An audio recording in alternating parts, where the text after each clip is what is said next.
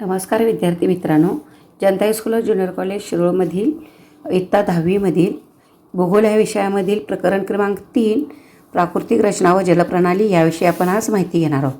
तर तुम्हाला स्क्रीनवरती एक भारताचा आपला नकाशा दिसत आहे. भारत प्राकृतिक रचना असलेला नकाशा आपल्याला दिसत आहे. तर ह्या नकाशाच्या आधारे तुम्हाला काही प्रश्नांची उत्तरं द्यायची आहेत सुरुवातीला. तर त्याच्यामध्ये भारतातील 6000 मीटरपेक्षा जास्त उंची असलेला भाग कोणत्या दिशेस आहे? तर या प्रश्नाचं उत्तर आहे की भारतातील 6000 मीटरपेक्षा जास्त उंची असलेला भाग उत्तरेला व पूर्व भागात अति पूर्वेकडे आहे. हा पहिला प्रश्न झाला आपला. तर त्यानंतर दुसरा प्रश्न काय आहे की द्वीपकल्पावरील दक्षिण वाहिनी नदी शोधा व ती कोणत्या नदीच्या खोऱ्यात येते?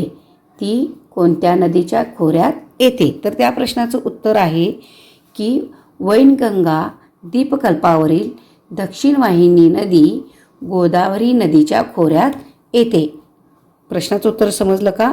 वैनगंगा द्वीपकल्पावरील दक्षिण वाहिनी नदी गोदावरी नदीच्या खोऱ्यात येते. त्यानंतर आपला तिसरा प्रश्न आहे की गडद हिरव्या रंगाने रंगवलेला उत्तरेकडील भूमीचा उतार कोणत्या दिशेस आहे?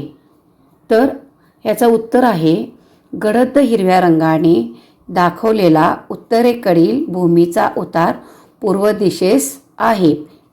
प्रश्नाचं उत्तर लक्षात आलं का? गडद हिरव्या रंगाने दाखवलेला उत्तरेकडील भूमीचा उतार पूर्व दिशेस आहे. त्यानंतर पुढचा प्रश्न आहे आपल्यासाठी की अरवली पर्वत ते छोटा नागपूर पठारादरम्यान असलेल्या पठारांची यादी करा. तर ह्याच्यामध्ये उत्तर आहे की अरवली पर्वत ते छोटा नागपूर पठारादरम्यान असलेले पठार क्रमाने मेवाड पठार, माळव्याचे पठार, बुंदेलखंड पठार व वाघेलखंड पठार ही आहेत. तर अरवली ह्या प्रश्नाचं उत्तर लक्षात आलं की अरवली पर्वत ते छोटा नागपूर दरम्यान असलेल्या पठारांची यादी क्रमाने काय सांगितलं?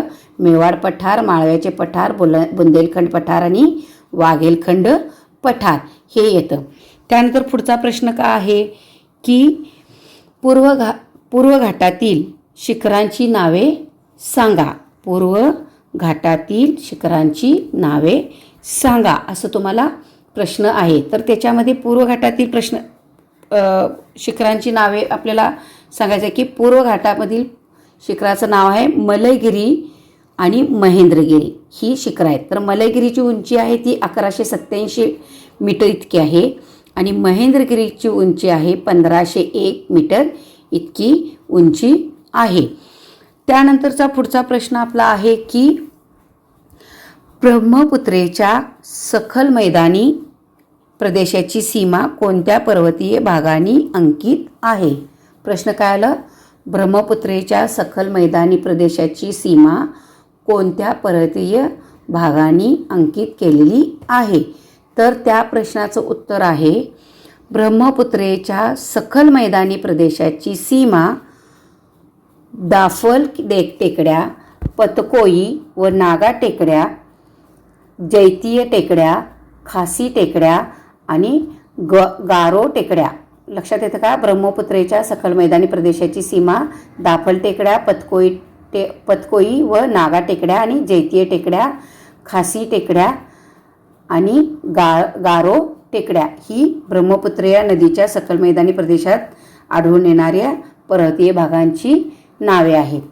त्यानंतर पुढचा प्रश्न काय आहे? तर पुढचा प्रश्न आहे आपल्याला निलगिरी पर्वतांचे सापेक्ष स्थान सांगा. निलगिरी पर्वतांचे सापेक्ष स्थान सांगा.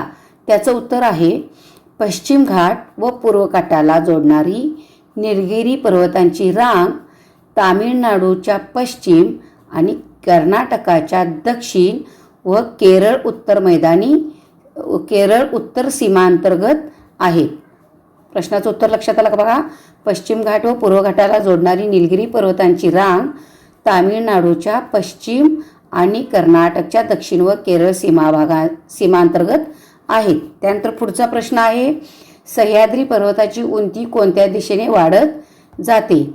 तर त्याचे आहे की सह्याद्री पर्वतांची उंची उत्तर दिशेने वाढत आहे. प्रश्नाचं उत्तर काय आहे? सह्याद्री पर्वतांची उंची उत्तर दिशेने वाढत आहे.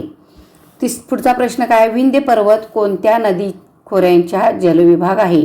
विंध्य पर्वत कोणत्या नदी खोऱ्यांचा जलविभाग आहे? तर उत्तर आहे विंध्य पर्वत गंगा नदीचे खोरे व नर्मदा नदीचे खोरे या नदी खोऱ्यांमधील नद्यांचा जलविभाजक आहे. उत्तर लक्षात आलं का? विंध्य पर्वत गंगा नदीचे खोरे व नर्मदा नदीचे खोरे या नदी खोऱ्यामधील नद्यांचा जलविभाजक आहे.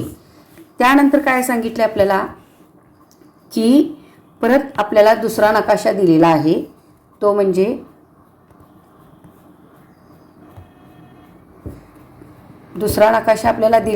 म्हणजे ब्राझीलचा नकाशा दिलेला आहे.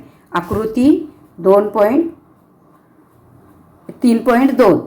तर ह्या नकाशाच्या आधारे आपल्याला काही प्रश्नांची उत्तरं द्यायची आहेत. तर त्याच्यासाठी आपल्याला पहिला प्रश्न आहे की ॲमेझॉन नदीच्या खोऱ्यांच्या उंचीची कक्षा सांगा. ॲमेझॉन नदीच्या खोऱ्यांची कक्षा सांगा. तर ॲमेझॉन नदीच्या खोऱ्यांची कक्षा आहे 0 ते 200 मीटर इतकी आहे.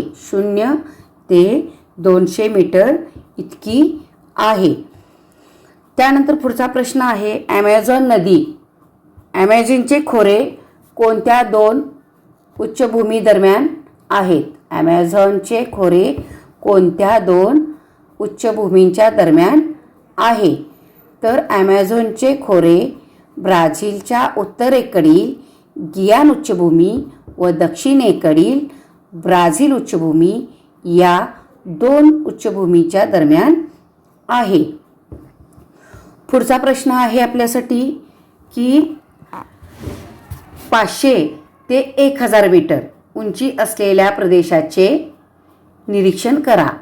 काय प्रश्न आहे? 500 ते 1000 मीटर उंची असलेल्या प्रदेशाचे निरीक्षण करा व पिवळ्या रंगाने दाखवलेल्या या भूमीच्या विस्ताराचे दिशांच्या संदर्भात वर्णन करा असं तुम्हाला सांगितलेलं आहे. तर ह्याच्यामध्ये तुम्हाला 500 ते 1000 मीटर उंची असलेला प्रदेश पिवळ्या रंगाने दाखवलेला आहे. म्हणजे त्याचं उत्तर आले की 500 ते 1000 मीटर असलेल्या प्रदेशाचे हे निरीक्षण काय सांगितलं की पिवळ्या रंगाने दाखवलं. नंतर पिवळ्या रंगाने दाखवलेल्या या भूमीचा विस्तार प्रामुख्याने ब्राझीलच्या दक्षिणेकडील व पूर्वेकडे आहे. ब्राझीलच्या दक्षिणेकडे व पूर्वेकडे आहे. त्यानंतर पुढचा प्रश्न आहे, पिवळ्या रंगाचे विखुरलेले भाग काय दर्शवतात? पिवळ्या रंगाचे विखुरलेले भाग काय दर्शवतात? त्याचं उत्तर आहे पिवळ्या रंगाचे काही सुटे भाग हे ब्राझीलचे पठार, ब्राझीलची उच्चभूमी किंवा ब्राझीलचे ढालक्षेत्र दर्शवतात. काय दाखवतात? ब्राझीलचे पठार, ब्राझीलची उच्चभूमी आणि ब्राझीलचे ढालक्षेत्र दर्शवतात. त्यानंतर पुढचा 5वा प्रश्न आहे, ॲमेझॉनच्या खोऱ्याशिवाय ब्राझीलमध्ये इतरत्र 200 मीटरपेक्षा कमी उंची असलेले प्रदेश कोठे आहेत? ॲमेझॉनच्या खोऱ्याशिवाय ब्राझीलमध्ये इतरत्र 200 मीटरपेक्षा कमी उंची असलेले प्रदेश कोठे आहेत? तर त्याचं उत्तर आहे ब्राझीलमध्ये 200 मीटरपेक्षा कमी उंचीचे प्रदेश ॲमेझॉन खोऱ्याविषयी शिवाय इतरत्र पॅराग्वे नदीच्या जवळील भागात व ब्राझीलच्या उत्तर व पूर्व किनारी भागात आहेत. ब्राझीलच्या काय सांगितलं लक्षात आलं का? ब्राझीलमध्ये 200 मीटरपेक्षा कमी उंचीचे प्रदेश ॲमेझॉन खोऱ्याशिवाय इतरत्र पॅराग्वे नदीच्या जवळील भागात व ब्राझीलच्या उत्तर व पूर्व किनारी भागात आहेत. हे झालं त्याचं उत्तर. त्यानंतर प्रश्न आहे पुढचा बघा की 200 ते 500 मीटर उंची असलेल्या व ज्यातून ॲमेझॉन व ज्यातून ॲमेझॉनच्या अनेक उपनद्या वाहत आहेत अशा पठारी भागांचे वर्णन तुमच्या शब्दात करा. अशा पठारी भागाचे वर्णन तुमच्या शब्दात करा. तर त्याचं उत्तर असं आहे बघा, सामान्यतः नद्या भूतलाला अनुसरून वाहतात. साधारण नद्या सर्वसामान्यतः नद्या भूतलाला अनुसरून वाहतात. या नियमानुसार ॲमेझॉनच्या उपनद्या नकाशात दर्शवलेल्या 200 ते 500 मीटर उंचीच्या ज्या भागातून वाहतात त्या भागांना काय लक्षात आलं का, त्या ज्या 200 ते 500 मीटर उंचीच्या ज्या भागातून वाहतात त्या पठारी भागांचा विस्तार जास्त असून त्याचा उतार हा दक्षिणेकडून उत्तरेकडे आहे. लक्षात आलं का उत्तर त्याचं. तर त्याचं स्पष्टीकरण आता आपल्याला काय बघायचं आहे, ह्या धड्याचं स्पष्टीकरण. आता आपण काय केले की नकाशांचं निरीक्षण केलेलं आहे. तर ह्याचं स्पष्टीकरण आपल्याला पाहायचं आहे की भौगोलिक स्पष्टीकरण काय आहे. तर ह्याच्यामध्ये तुम्हाला मी आता एक स्क्रीन दाखवणार आहे की आकृती 3.1 मध्ये आपण काय बघितलं की प्राकृतिक रचना दिली आहे आणि त्या भारताचे खालील 5 प्रमुख प्राकृतिक विभाग केलेले जातात. त्याच्यामध्ये प्रमुख 5 विभाग कोणते, तर हिमालय, उत्तर भारतीय मैदान, द्वीपकल्प, किनारी पट्टीचा प्रदेश आणि द्वीप समूह. तर ह्याच्यामध्ये आपल्याला काय बघायचं आहे की हिमालय हा अर्वाचीन वली पर्वत आहे. हिमालयन हा अर्वाचीन वलीय पर्वत आहे. ताजिकिस्तानमधील पामीरच्या पठारापासून हिमालय पूर्वेकडे पसरला आहे. आशिया खंडातील ही प्रमुख पर्वत प्रणाली आहे. भारतात जम्मू काश्मीरपासून अरुणाचल प्रदेशापर्यंत हिमालय पसरलेला आहे. तर हिमालय ही एकच पर्वतरांग नसून हिमालयात अनेक समांतर पर्वतरांगांचा समावेश होतो. शिवालिक ही सर्वात दक्षिणेकडील पर्वतरांग आहे. ही सर्वात नवीन अर्वाचीन पर्वतरांग आहे. शिवालिक पर्वतरांगेकडून उत्तरेकडे जाताना आपल्याला लघु हिमालय, बृहद हिमालय, हिमाद्री आणि हिमालयातील रांगा आढळतात आणि या रांगा क्रमाने अर्वाचीन ते प्राचीन अशा आहेत. तर ह्याच्यामध्ये आपल्याला तुम्हाला मी एक स्क्रीन दाखवते की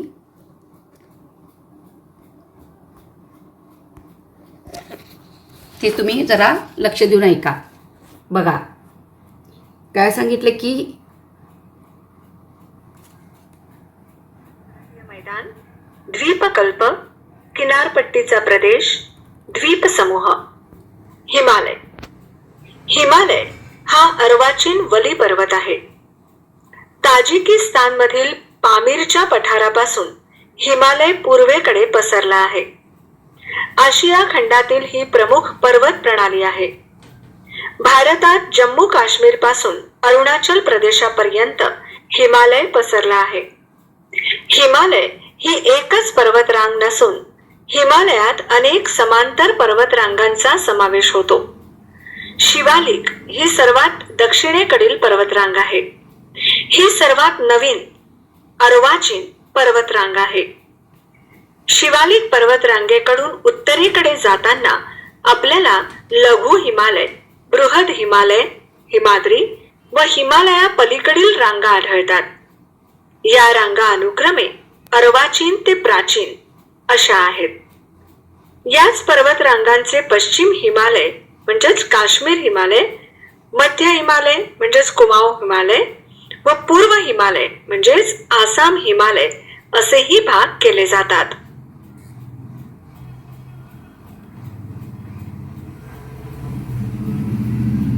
उत्तर भारतीय मैदान हा प्राकृतिक विभाग हिमालयाच्या दक्षिण पायथ्यापासून भारतीय त्यानंतर दुसरा भाग आहे आपला कुठला हा, तर उत्तर मैदानी प्रदेश. तर ह्याच्यातला काय आहे, उत्तर मैदानी प्रदेश. तर ह्याच्यामध्ये काय सांगितले की हा प्राकृतिक विभाग हिमालयाच्या दक्षिण पायथ्यापासून ते भारतीय द्वीपकल्पाच्या उत्तर सीमेपर्यंत पसरलेला आहे. तसेच तो पश्चिमेकडे राजस्थान, त्यानंतर पंजाबपासून पूर्वेकडे आसामपर्यंत पसरला आहे. हा भाग बहुतांश सखल व सपाट आहे.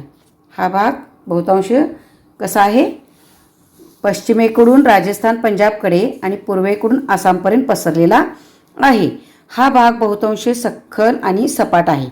तर उत्तर मैदानी प्रदेशाचे 2 भाग केले जातात. त्याच्यामध्ये अरवली पर्वताच्या पूर्वेकडील भाग गंगा नदीच्या खोऱ्यांचा प्रदेश असून त्यातील मैदानी भाग गंगेचे मैदान म्हणून ओळखले जाते आणि या मैदानी प्रदेशाचा उतार पूर्वेकडे आहे. त्याचबरोबर भारताच्या पश्चिम बंगाल राज्याचा बहुतांश भाग व बांगलादेश मिळून गंगा ब्रह्मपुत्रा प्रणालीचा त्रिभुज प्रदेश बनतो आणि या प्रदेशाचे नाव आहे सुंदरबन. त्याच्यासाठी तुम्हाला आकृती दिलेली आहे 3.3. हा 3 हा जगातील सर्वात मोठा त्रिभुज प्रदेश आहे. तर ह्याच्यावरती तुम्ही थोडं स्क्रीन बघू शकताय की कशा पद्धतीनं तुम्हाला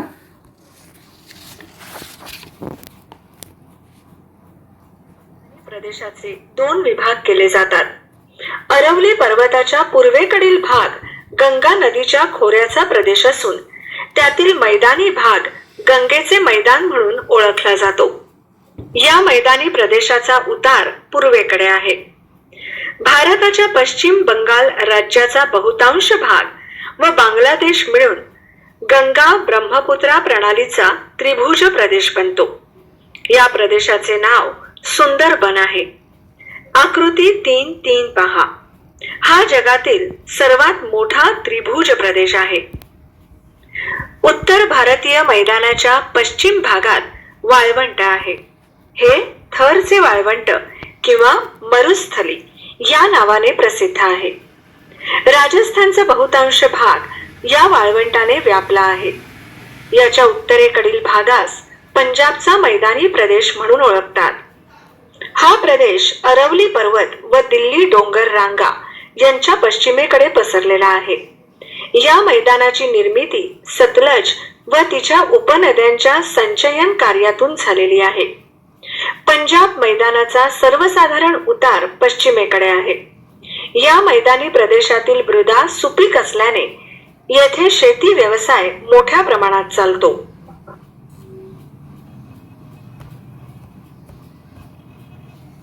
त्यानंतर आपण बघणार आहोत द्वीपकल्प. त्यानंतर काय बघणार आहोत, द्वीपकल्प. तर द्वीपकल्पामध्ये काय सांगितलं की उत्तर भारतीय मैदानी प्रदेशाच्या दक्षिणेकडे पसरलेला व हिंदी महासागराकडे निमुळता होत जाणारा प्रदेश म्हणजे काय सांगले, भारतीय द्वीपकल्प म्हणून तो ओळखला जातो. म्हणजे काय, उत्तर भारतीय मैदानी प्रदेशाच्या दक्षिणेकडे पसरलेला व हिंदी महासागराकडे निमुळता होत जाणारा प्रदेश म्हणजे भारतीय द्वीपकल्प म्हणून तो ओळखला जातो. यात आणखीन काय सांगितलं की लहान मोठे पर्वत व पठारे आहेत आणि यात उत्तरेकडील अरवली हा सर्वात प्राचीन वली पर्वत आहे. या प्रभागात सपाट मैदाने सीमांकित करणारी पठारांची शृंखला, मध्य भागातील विंध्य सातपुडा पर्वत व पश्चिम घाट व पूर्व घाट असे पर्वतीय प्रदेश आहेत. तर आता मग तुम्हाला ह्याच्यामध्ये परत द्वीपकल्प पाहायचा आहे तो.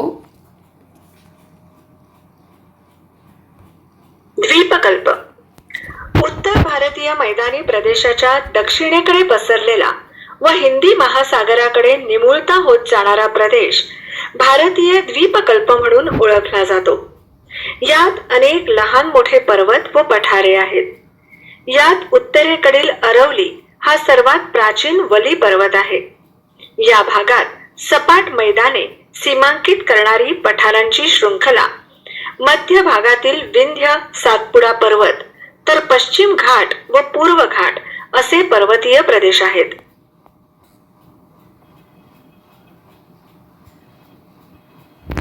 सांगा पाहू. आकृती 3.1 च्या आधारे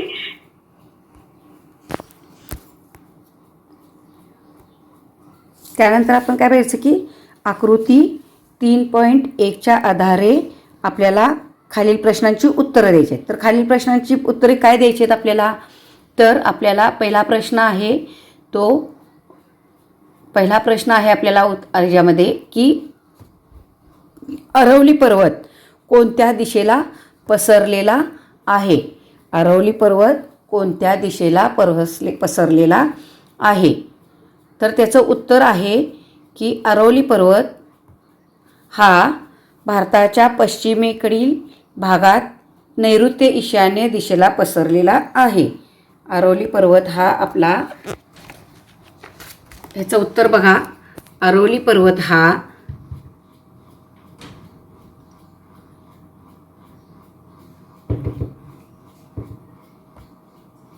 भारताच्या पश्चिमेकडील भागात नैऋत्य ईशान्य दिशेने पसरलेला आहे. अरवली पर्वत कोणत्या नद्यांचा जलविभाजक आहे? उत्तर, अरवली पर्वत त्याच्या पश्चिम उतारावर उगम पावणाऱ्या लोणी व पूर्व उतारावर उगम पावणाऱ्या बनास या नद्यांचा जलविभाजक आहे. अरवली पर्वताच्या पूर्वेकडील पठारांवरील पर्वत रांगांची नावे सांगा. उत्तर, अरवली पठाराच्या पूर्वेकडील पठारी भागात विंध्य, सातपुडा, महादेव व मैकल पर्वत रांगा आहेत. दख्खनच्या पठाराचा विस्तार कोणकोणत्या राज्यात दिसतो? उत्तर, दख्खनच्या पठाराचा विस्तार महाराष्ट्र, कर्नाटक, तेलंगणा व आंध्र प्रदेश या राज्यात दिसतो. दख्खन पठाराच्या पश्चिमेस कोणती पर्वतरांग आहे? उत्तर, दख्खन पठाराच्या पश्चिमेस सह्याद्री पर्वतरांग आहे. पश्चिम घाटाची वैशिष्ट्ये सांगा.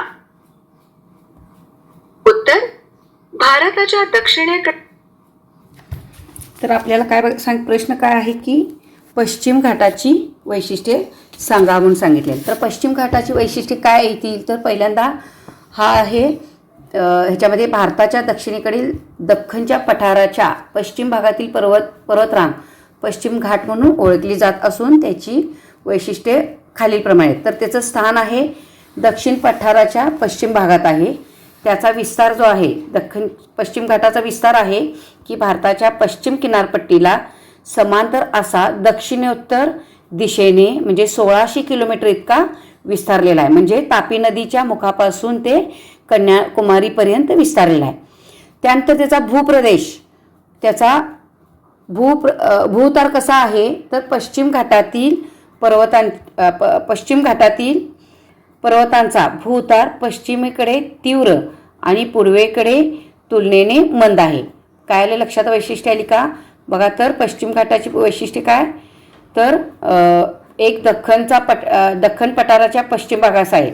दख्खन पठार हा पश्चिम भागात आहे. त्यानंतर पश्चिम किनारपट्टीला समांतर दक्षिणोत्तर दिशेने 1600 किलोमीटर इतका विस्तारलेला आहे. त्यानंतर भूउतार कसा आहे? तर पश्चिम घाटातील पर्वतांचा भूउतार आणि पश्चिमेकडील तीव्र आणि पूर्वेकडे तुलनेने मंद असा उतार केलेला मंद आहे. त्यानंतर पुढचा प्रश्न काय आहे बघा, हे आपला. तर पुढचा प्रश्न आहे, तर ह्या नद्यांमध्ये काय काय आढळतं? तर त्याच्यात पश्चिम घाटामध्ये पुढचं शिखरे. तर पश्चिम घाटात अनेक शिखरे असून कळसुबाई 1646 मीटर आहे, साल्हेर 1567 मीटर आहे, हरिश्चंद्र 1424 मीटर आहे ही शिखरं आहे. तर अनाईमुडी 2695 मीटर हे रांगामधील सर्वात उंच शिखर आहे. तर पश्चिम घाटात नद्यांचा उगम कुठं येतो? तर पश्चिम घाटामध्ये गोदावरी, कृष्णा, कावेरी, सावित्री इत्यादी नद्यांचा उगम पावत असून यातील काही नद्या पूर्व व काही नद्या पश्चिम वाहिन्या आहेत. तर ह्यामध्ये आढळून येणारे आपल्याला धबधबे. तर धबधबे काय आहे? तर अरबी समुद्राला मिळणाऱ्या काही नद्यांच्या प्रवाहामध्ये धबधबे आढळतात. तर उदाहरणार्थ शरावती नदीच्या प्रवाहातील गिरसप्पा हा भारतातील सर्वात मोठा पश्चिम घाट आहे. त्यानंतर घाट, तर काय सांगते की धबधबे तुमच्या लक्षात आलं का? बघा की शरावती नदीच्या ह्याच्यावरती असलेला हा घाट हा आहे. तर त्यानंतर आता पुढचा प्रश्न काय आहे की पश्चिम आणि पूर्व घाट यांची तुलना करा म्हणून सांगितलेली आहे. तर ह्याच्यामध्ये तुलना तुम्ही करून त्या प्रश्नाचं उत्तर तुम्ही लिहू शकता की काय तुलना होऊ शकते. तर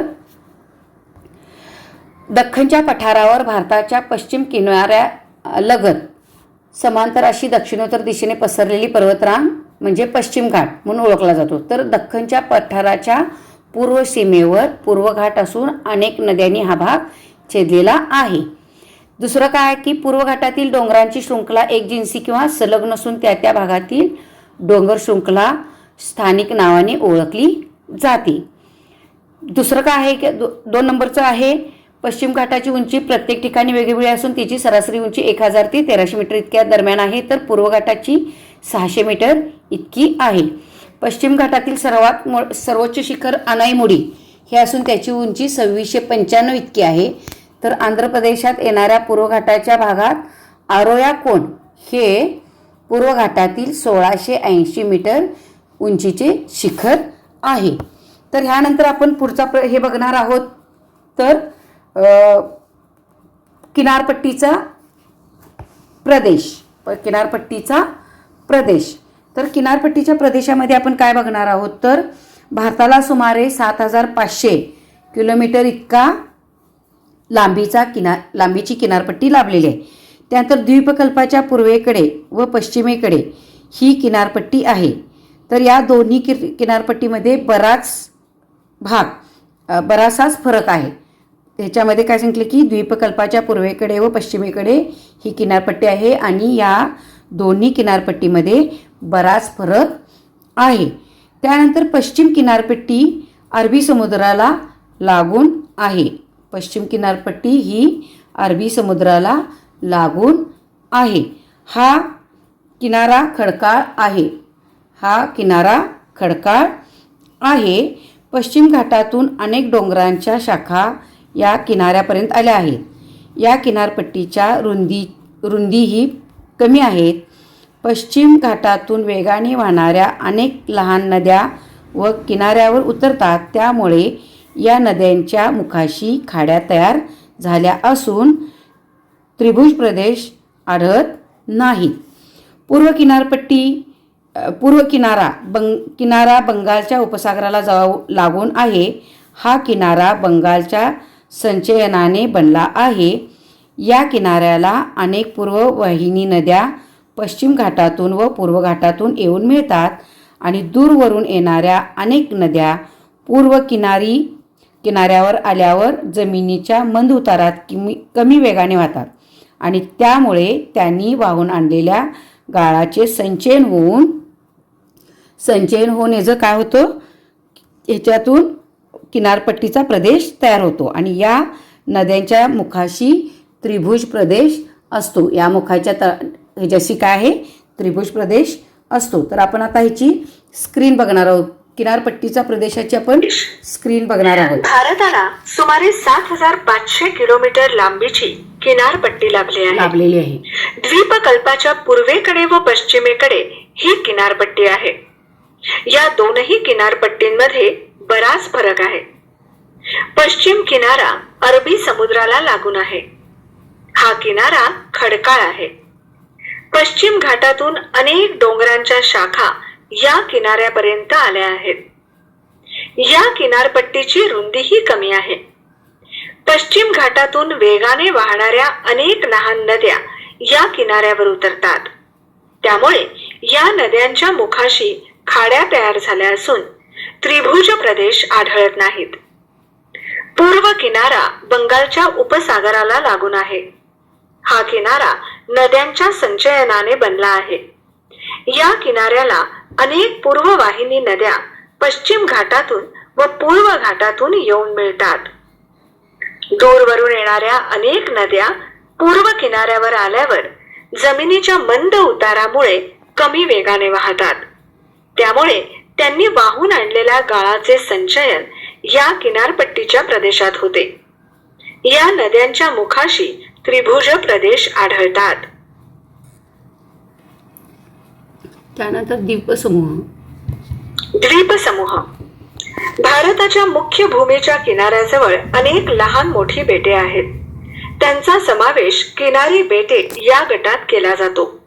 त्याशिवाय अरबी समुद्र व बंगालचा उपसागर यात प्रत्येकी एक मोठा द्वीपसमूह आहे. अरबी समुद्रातील समूहास लक्षद्वीप बेटे असे संबोधतात, तर बंगालच्या उपसागरातील बेटे अंदमान निकोबार द्वीपसमूह या नावाने ओळखली जातात. बहुतांशी लक्षद्वीप बेटे प्रवाळाची कंकण द्वीपे आहेत. ही विस्ताराने लहान असून त्यांची उंची कमी आहे. अंदमान समूहातील बेटे ही प्रामुख्याने ज्वालामुखीय बेटे आहेत. ती विस्ताराने मोठी असून त्यांच्या अंतर्गत भागात उंच डोंगर आहेत. या समूहातील बॅरन बेटावर भारतातील एकमेव जागृत ज्वालामुखी आहे. निकोबार समूहातही काही बेटे कंकण द्वीपाच्या स्वरूपात आहेत.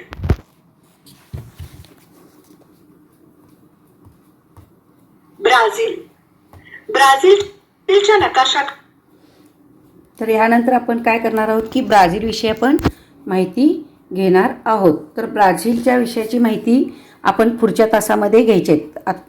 तर त्याच्यामध्ये तुम्ही थोडंसं त्याचं वाचन करा, आणखीन थोडी माहिती घ्या, म्हणजे आपण पुढच्या तासाला पण ब्राझीलची माहिती घेणार आहोत.